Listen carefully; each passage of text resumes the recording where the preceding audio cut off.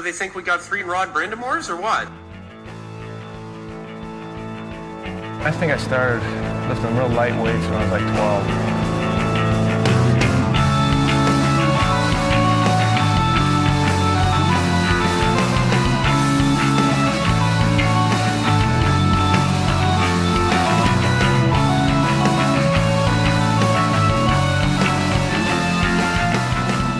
You are now listening to the Rod the Podcast with your hosts, Jordan Betts and Mike Menn.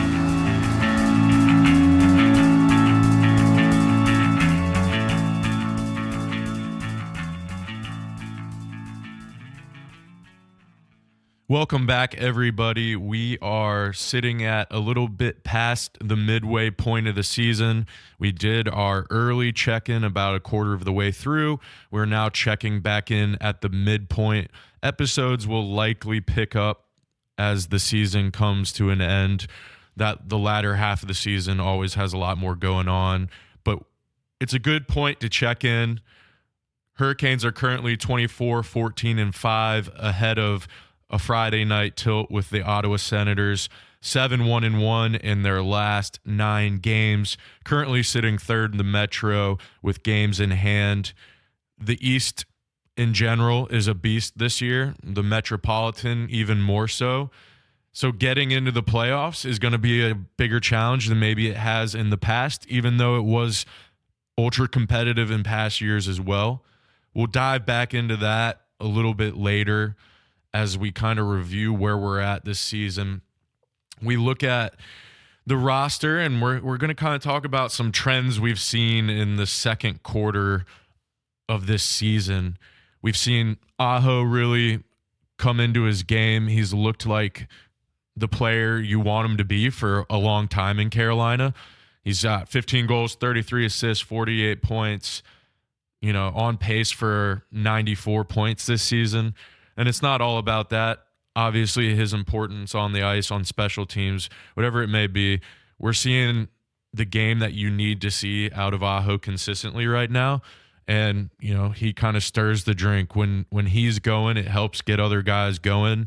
One of those guys that he can really help propel is Andrei Svechnikov. He's only been able to play in 28 games this year, but 28 games, 28 points. Anytime you have those caliber of players at a point per game pace, we like that. 10 goals, 18 assists, starting to find his game. We know there's another level to Andrei's play, and I think that we'll see it as the season progresses. We need him to stay healthy, but ultimately he is a big part of what this team does. His physicality, his puck retrieval on the boards, his ability to score, his confidence. He's certainly an agitator. Svech is integral to what this team does moving forward. Another young guy that has really taken a step for me this year would be Seth Jarvis. We're looking at 15 goals, 18 assists, 33 points through 43 games, right over 3/4 of a point per game pace. Could end up in the 60s this season. The thing that impresses me most about Seth is the reality that there's the confidence in the game. There is the fact that he's willing to do all the dirty work that you want out of a player, and then the skill to match. He's a guy that is really built to play in the Rod Brindamore system.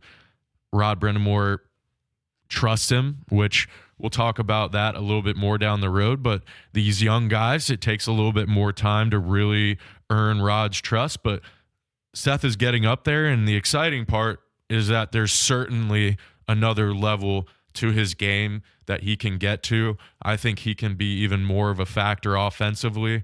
But, you throw him on one of the biggest offensive sieve lines, being with Martinook and Stahl, and all of a sudden they're producing. And you see it, him coming off the wing, saucer passes to Martinook, et cetera, being that skill piece that can also mesh in with those guys.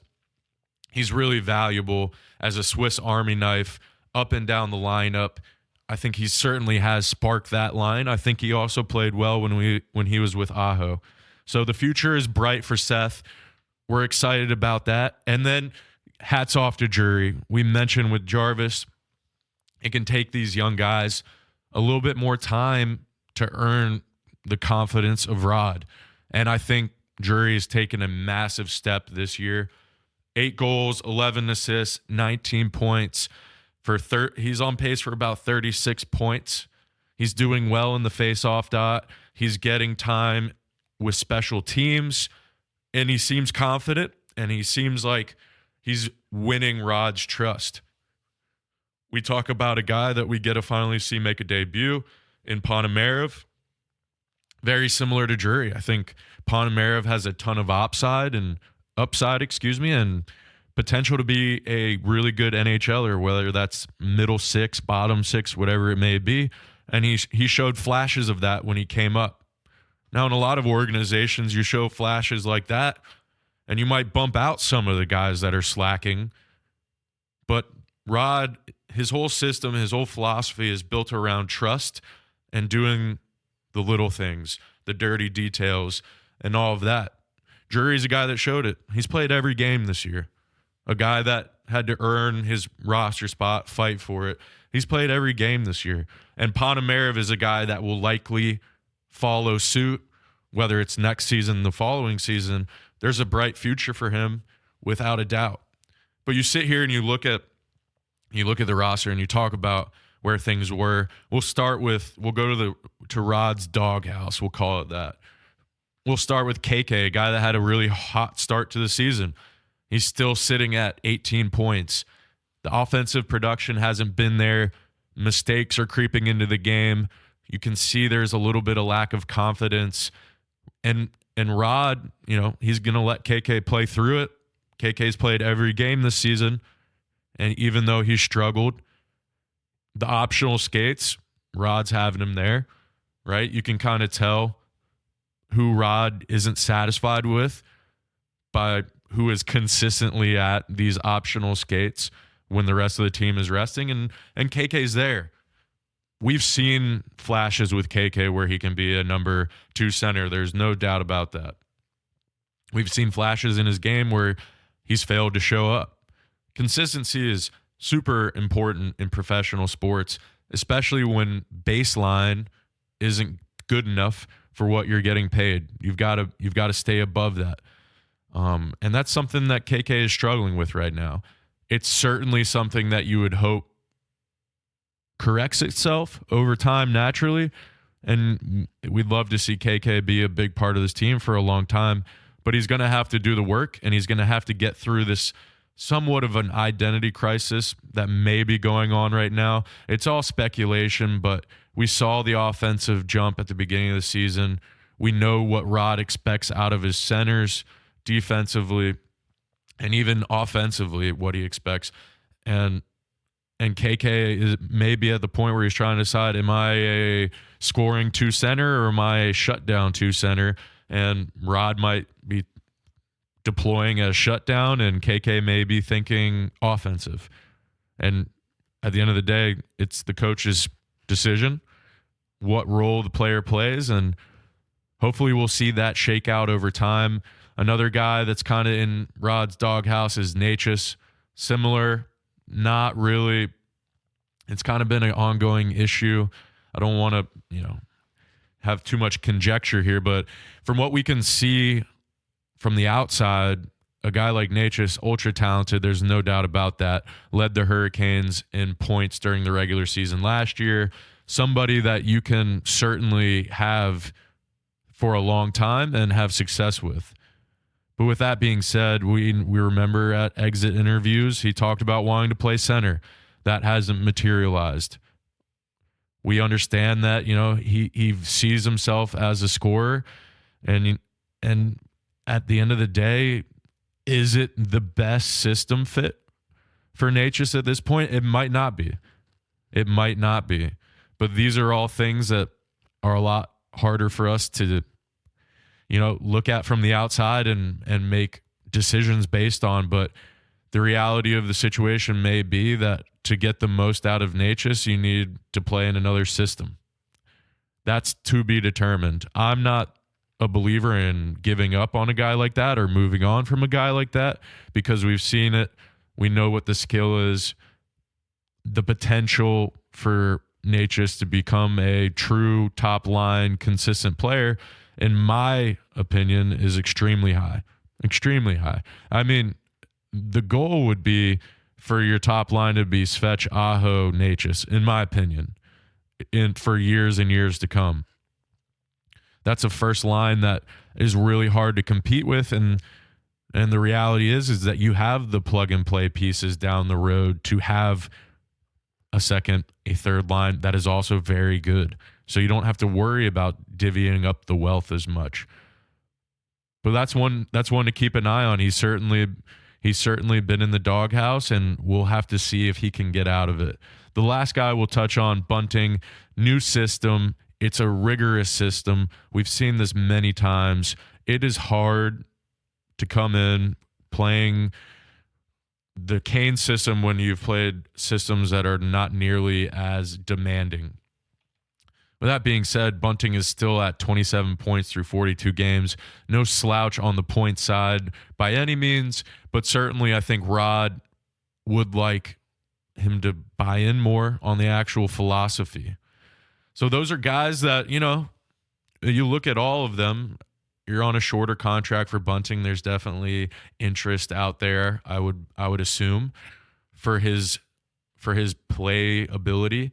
Natchez, there's definitely going to be interest. We're talking about an RFA that's already showed flashes of being a top line producer. KK, similar, a guy that's locked in on a team friendly contract for a long time with a cap that's going to continue to go up. These are all guys that if the organization sits down and says, we're keeping Rod on, which is a decision between Rod and Tom Dundon. If we're looking at 5 more years of Rod Brind'Amour, there needs to be serious discussion about the guys that he does not think will maximize their abilities in this system. That's the only way that you can build the best roster possible, is by bringing in guys that will maximize their ability here and shipping out guys that might not. So those are some names to keep an eye on if things don't turn around. I think all of those players have value, honestly, very good value that could potentially be trade bait down the road. We're going to flip back to guys that are playing well. I mean, you look at a guy like Nason, that is a heck of a signing by the Hurricanes.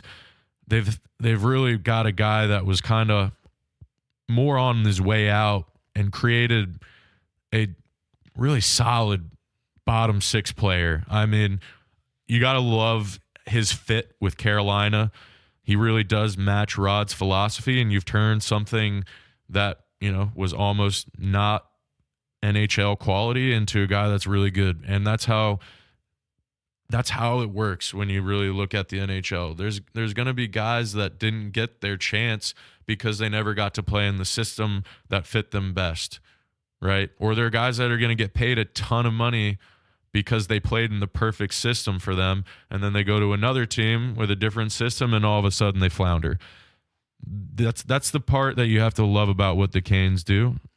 They don't take these big swings that are going to set them way back when you haven't had an opportunity to see if there's a match or not.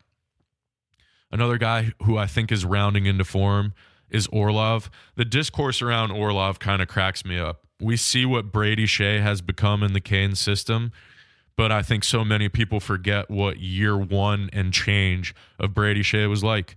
There were people that were extremely frustrated in the investment in Brady Shea for a decent period of time. Orlov is coming around. You see the little steps. And for me personally, I think next year will only be better for him.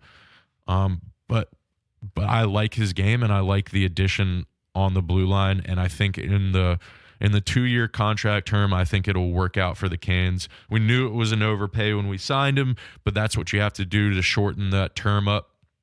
And the Canes are really big on term when it comes to older players.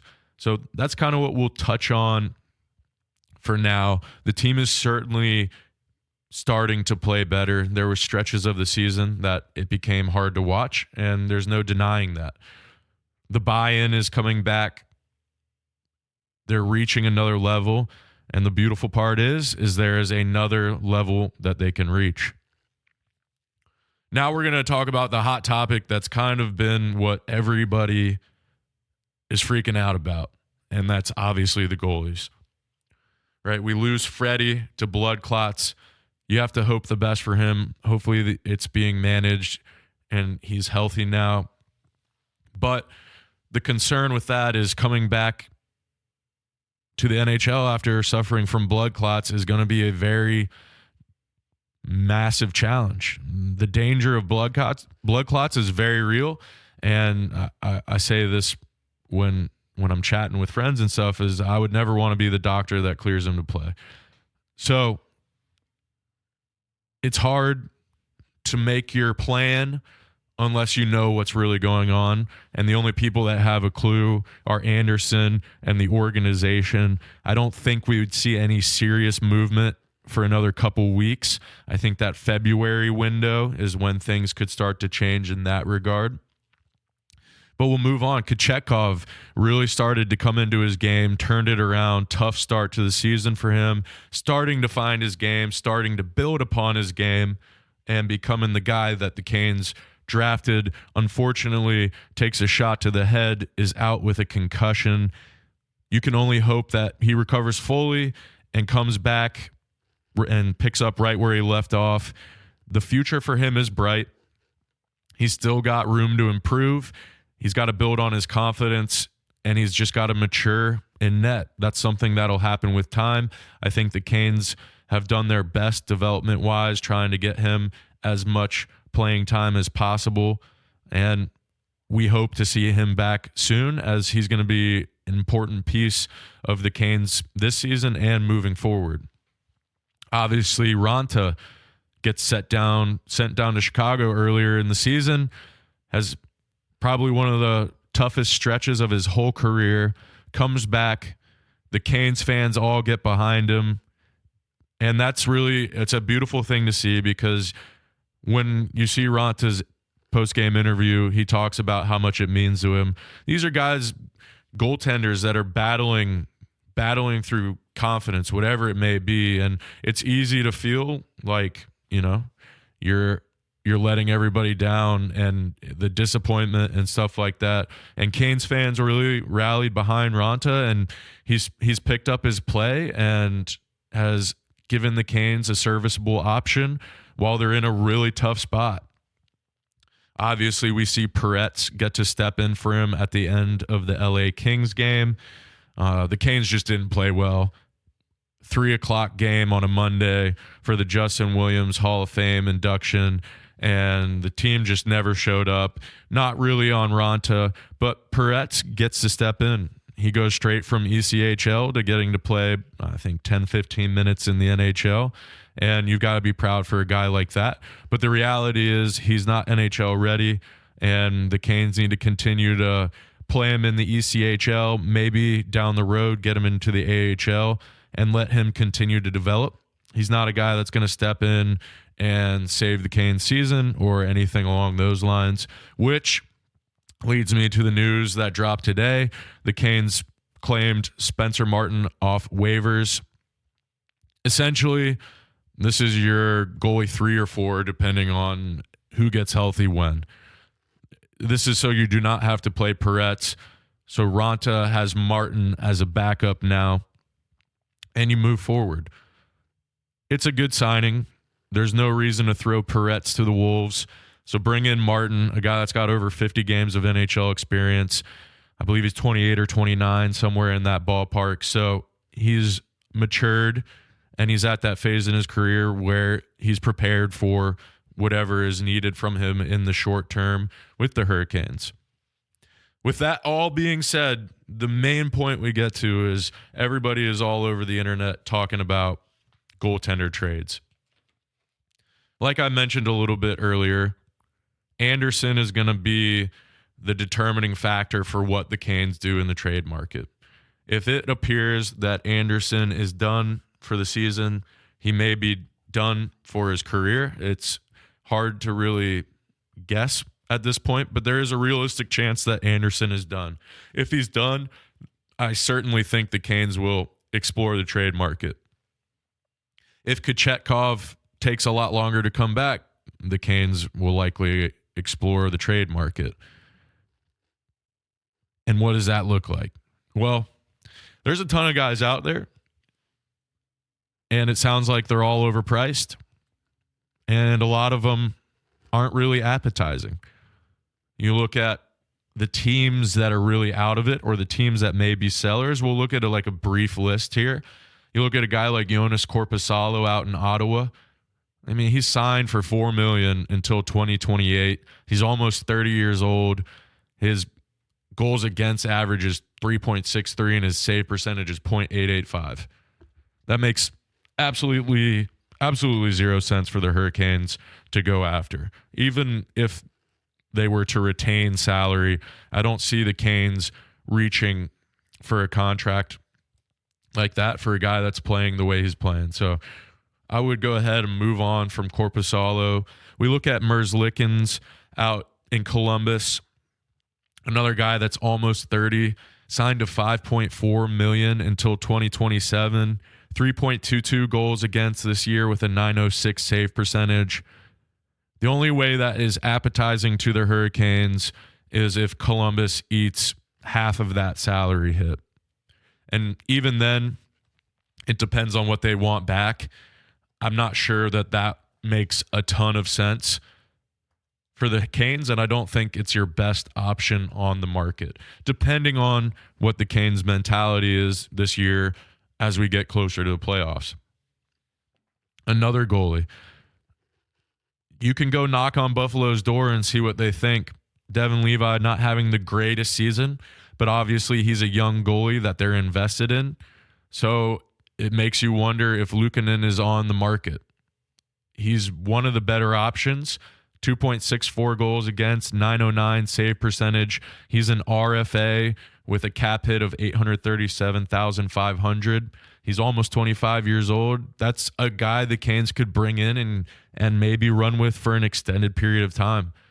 That could be a tandem with a Kochetkov. Certainly not something I would say no to. Price is definitely going to be higher than the previous two guys we mentioned, but you have to think there's a chance Buffalo may be willing to move on if the return makes sense for them.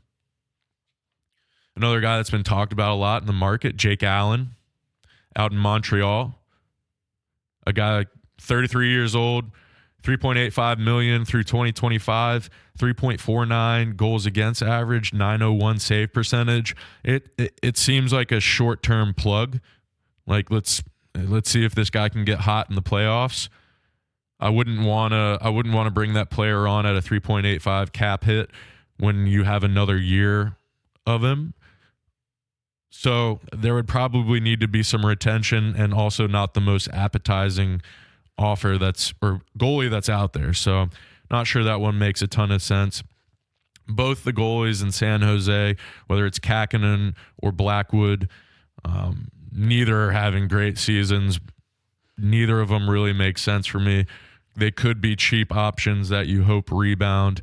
They've both had better seasons, but not appetizing to me again. The interesting one, which if we're going to talk reunions, there's a guy out in Chicago named Peter Mrazek who has 3.04 goals against average, .907 save percentage, is in his final year of a $3.8 million deal. He's almost 32, but if you're looking for maybe a cheaper 1 year, let's see what happens, can we recreate the magic of 2019, then maybe Mrazek is a guy that the Canes explore if they want to ride a Kochetkov, Mrazek, Ronta trio and just see if they can get one of them hot. I don't think it's totally unrealistic, and I don't think the price would be too expensive. So might be something the Canes check in on, but that might be wishful thinking. We'll jump to the guy that gets linked every single year for God knows how many years. John Gibson out in Anaheim having a down season, 3.06 goals against, .901 save percentage, 30 years old. Big deal is $6.4 million until 2027. He's always had that pedigree factor, but at the end of the day, that's an expensive goalie that's signed for a little bit longer than you'd probably like.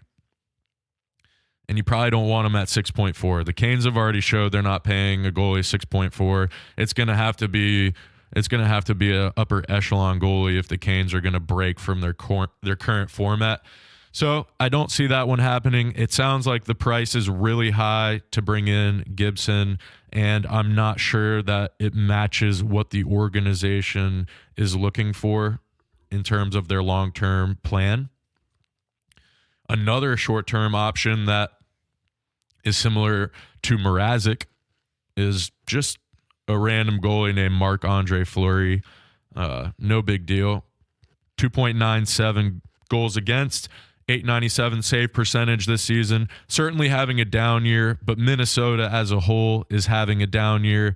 In his career, he's been a 259 goals against, 912 save percentage.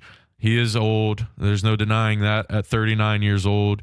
He's on his last year of a $3.5 million contract, and that's a guy that can certainly turn it on for a playoff run. There's no doubt about that. He'll be more expensive than a Mrazek, most likely, but it's certainly an entertaining prospect if the Canes truly do have Stanley Cup aspirations for this year and you don't have Anderson, a duo of Fleury and Kochetkov with Ronta in the wings if necessary. Gives you a shot for one of those two to get really hot. They both have the potential to do so. So I don't hate that. And now we'll jump to one of the guys that's going to be one of the more expensive ones on the list as well. It's been all over that Calgary is willing to trade half their roster. There could be a big trade similar to the previous trade we saw when Hannafin and Lindholm were shipped out and you brought in Dougie and Fox and Ferland and all that. There could be a trade of that nature to be made with Calgary. Focusing on the goalie, you look at Markstrom having a good year. 259 goals against, 912 save percentage. He's almost 34, $6 million contract through 2026. I think obviously if the Canes are going to keep a guy on through 2026, they're going to want to see some of that $6 million retained. But there's no denying that Markstrom is a high caliber goaltender, and he's playing well this season for a team that is underperforming, and there's no doubt about that. So you look at those lists, there's certainly goalies out there. Your Markstroms are going to be expensive. There's no doubt about that. Fleury and Mrazek will be rentals that you're going to have to pay for. You're not going to get anybody for free. If you're looking to go a younger goalie route, Luukkonen is one that I would consider exploring. And that's really only looking at teams that have either actively said they're shopping players or teams that at the current moment are on the outside looking in on the playoffs. So there's absolutely a chance the Canes spring to make a move.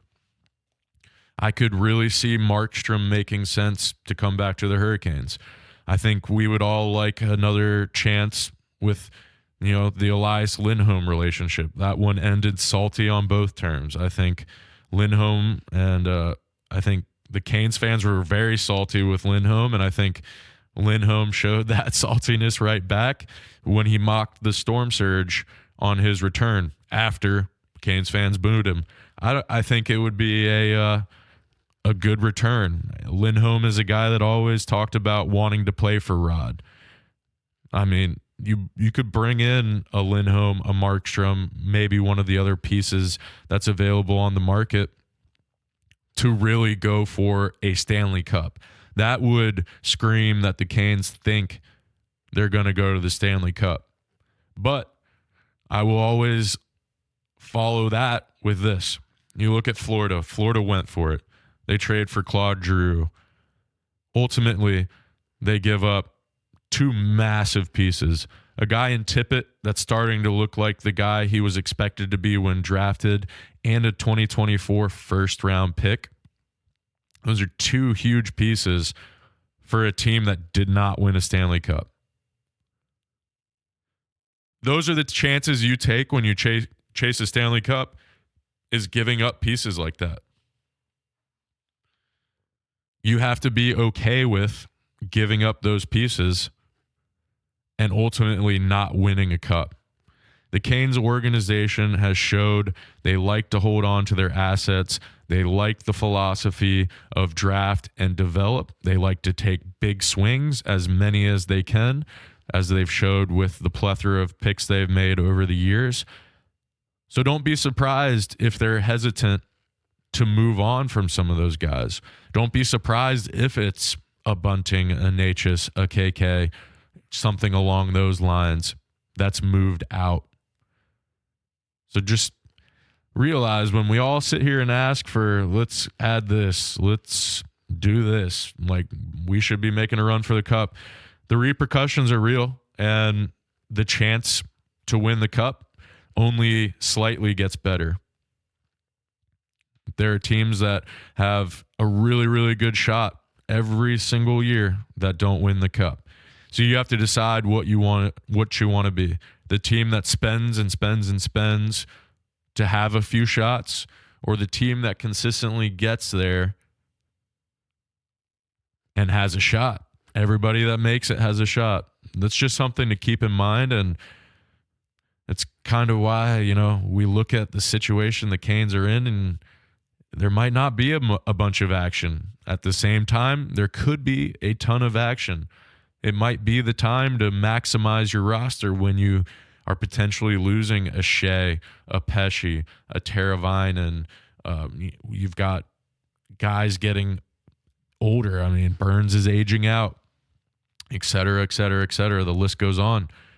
You've got a core that you're likely going to lose pieces from. Is it the year to maximize it, or is it not? We'll follow up on this more in the future as things kind of take shape. If we see Anderson return, I think your trade deadline targets narrow substantially. If Anderson doesn't, I think it could be a really interesting remainder of the regular season. Enjoy the hockey games. We'll be back soon. Take care.